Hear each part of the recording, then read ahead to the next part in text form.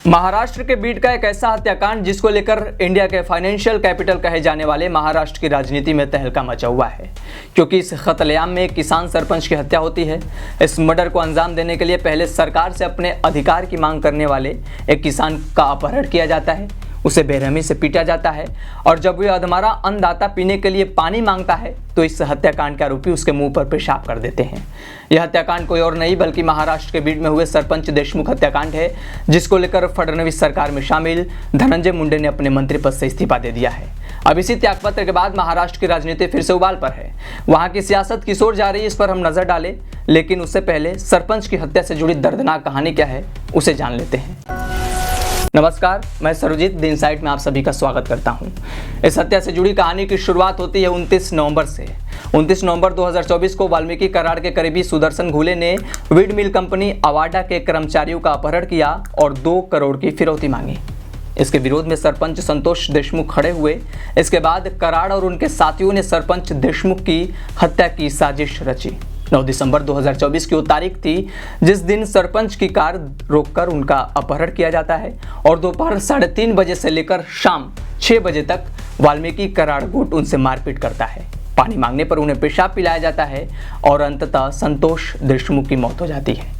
यह घटना 9 दिसंबर को घटती है, लेकिन 10 दिसंबर से इसको लेकर विरोध प्रदर्शन शुरू हो जाते हैं।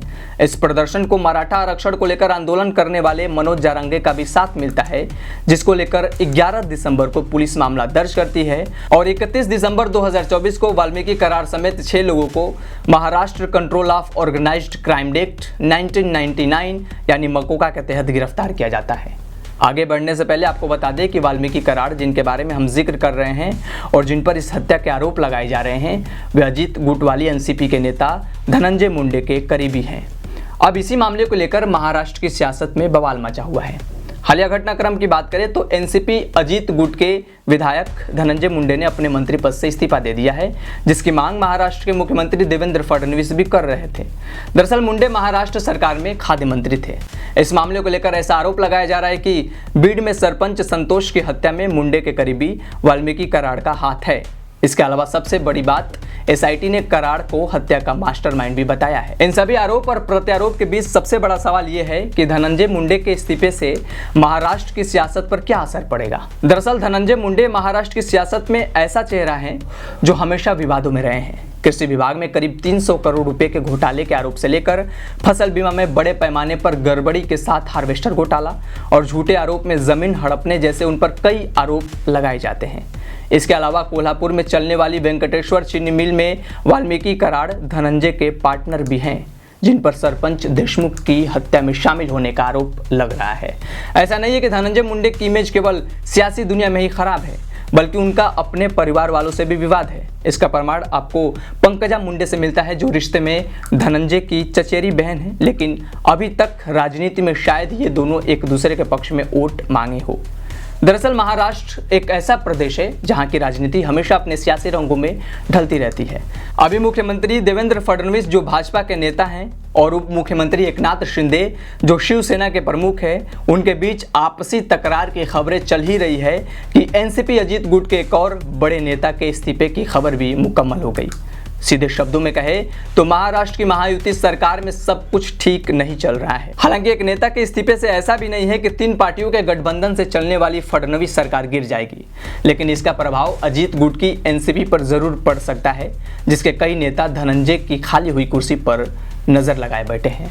दरअसल फडणवीस कैबिनेट में ये मंत्री पद अजीत पवार के कोटे का है। मीडिया रिपोर्ट्स की माने तो इस पद की नई शपथ को लेकर 3 प्रमुख नाम सामने आ रहे हैं, जिसमें छगन भुजबल, प्रकाश सालुंके और जयंत पाटिल शामिल हैं।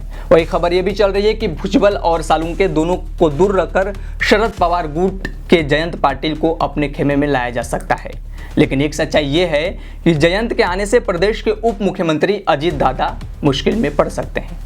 इसके अलावा पूर्व मुख्यमंत्री एकनाथ शिंदे की शिवसेना और उनके साथी इस मामले को देख काफी सतर्क दिख रहे हैं, क्योंकि ये भले ही महायुति सरकार में एक साथ है, लेकिन प्रदेश के मुखिया देवेंद्र फडणवीस के द्वारा एकनाथ शिंदे के नेतृत्व में चलाई जाने वाली कई मंत्रालयों पर जांच बैठाने के आदेश दे दिए गए हैं, जो इनडायरेक्टली शिंदे सेना के नेताओं की मुश्किलों को बढ़ाता हुआ दिख रहा है। कुल मिलाकर इस पूरे क्राइम और राजनीति से जुड़े घटनाक्रम का सार ये है कि अजीत और शिंदे दोनों गुट फिलहाल की महाराष्ट्र की सियासत में असहज महसूस कर रहे हैं। अब आगे देखना होगा कि धनंजय मुंडे का ये इस्तीफा अजीत प्लस शिंदे प्लस फडणवीस की इस सरकार को किस ओर ले जाएगा। क्या सोचते हैं आप इस महाराष्ट्र के घटनाक्रम को लेकर? कमेंट बॉक्स में जरूर बताएं। वीडियो पसंद आई हो तो इसे लाइक करें, शेयर करें और द इनसाइट को सब्सक्राइब करना ना भूलें।